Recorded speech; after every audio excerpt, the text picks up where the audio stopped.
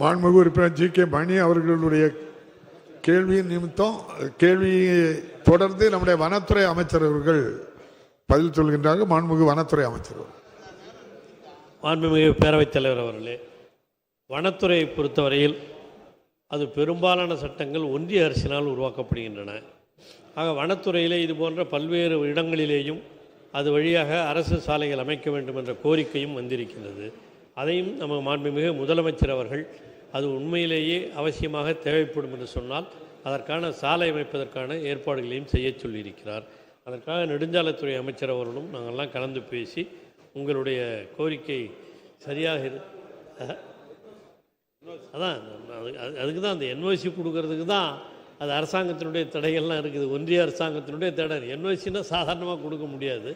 அது அரசுக்கு தேவைப்படுகிற நிலம், அந்த மாதிரி மக்களுக்கு அந்த பகுதியில் இருக்கிறவங்களும் தேவைப்படுகிறது என்ற காரணத்தினால் அதையும் கூர்ந்து கவனித்து அதற்கான பணிகளை செய்யுமாறு முதலமைச்சர் அவர்கள் சொல்லியிருக்கிறார்கள். இதுபோல் பல்வேறு மாவட்டங்களிலிருந்தும் இந்த பிரச்சனைகள் எல்லாம் வந்திருக்கின்றன. மாண்புமிகு உறுப்பினர் அண்ணாதுரை.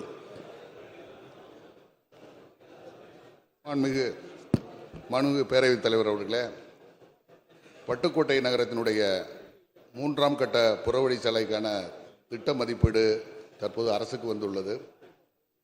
இந்த 3ஆம் கட்ட புறவழிச்சாலை என்பது பட்டுக்கோட்டை நகர போக்குவரத்து நெரிசலை குறைப்பதற்கு மிகவும் இன்றியமையாததாகும். தற்போது நம்முடைய மாண்புமிகு நகராட்சி நிர்வாகத்துறை அமைச்சர் அவர்கள் பட்டுக்கோட்டை நகரத்திற்கு 20 கோடி ரூபாய்க்கு ஒரு பேருந்து நிலையம் கட்டுவதற்கான நிதி ஒதுக்கி அந்த பணிகள் தற்போது முடிவடைய இருக்கிறது. இந்த பேருந்து நிலைய பயன்பாட்டிற்கும் அருகிலே வரக்கூடிய அந்த புறவழிச்சாலை 3ஆம் கட்ட புறவழிச்சாலை மிக இன்றியமையாத ஒன்றாகும். எனவே அந்த புறவழிச்சாலையான அந்த திட்ட மதிப்பீட்டிற்கான அந்த தொகை இந்த நிதியாண்டில் ஒதுக்கப்பட வேண்டும் என தங்கள் மூலம் மாண்புமிகு அமைச்சர் அவர்களை கேட்டுக்கொள்கிறேன். பல முறை மாண்புமிகு அமைச்சர் அவர்களுக்கு நினைவூட்டியிருக்கிறேன் என்பதை இந்த தருணத்திலே தெரிவித்துக் கொள்கிறேன். நன்றி, வணக்கம். இல்லை, சபையில் எல்லாருமே கொஞ்சம் கவனிங்க. ஒரு துணை கேள்வின்னா, ஒரு புறவழிச்சாலை இந்த ஊரில் இந்த புறவழிச்சாலை இந்த ஆண்டு எடுத்துக்கொள்ளப்படுமா, இதுதான் கேள்வி. அதே மாதிரி பதில் சொல்லும்போது சுருக்கமாக சொன்னால், ஒரே கேள்விக்கு 10 நிமிஷம் 5 நிமிஷம் பதில் சொன்னால் யாருக்கு துணை கேள்வி கொடுக்க முடியும்? அப்போ டக்குன்னு கேள்வியும் சுருக்கமாக இருக்கணும். துணை கேள்வி தரதா கேட்காதா இருந்தாலும் ஒரு வரலாறு சொல்லணும் அப்படின்னு நினைக்கிறாங்க. அதுக்கு ஒரு வரலாறு, அதுக்கு எத்தனை ஜங்ஷன் வருது, எங்கேருந்து ஆள் வருது, இப்படியெல்லாம் வருது, அதனால் இவ்வளோ மக்கள் தொகை இருக்குது, இது தேவையே கிடையாது. புறவழிச்சாலை இந்த இடத்துல அமைக்கப்படுமானா அமைச்சருக்கு உடனே புரியும்.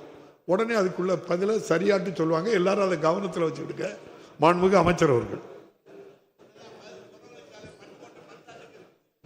மாண்புமிகு பேரவைத் தலைவர்களே, ஏற்கனவே அவர் சொன்னது போல் 2 கட்ட புறவழிச்சாலைங்க ஏற்கனவே நடைபெற்று விட்டது. 3வது கட்டத்துக்கு வேண்டிய பணிகள் இந்த ஆண்டு நிதிநிலைக்கு ஏற்ப அந்த பணிகளை துறையின் சார்பாக எடுத்துக்கொள்ளப்படும்.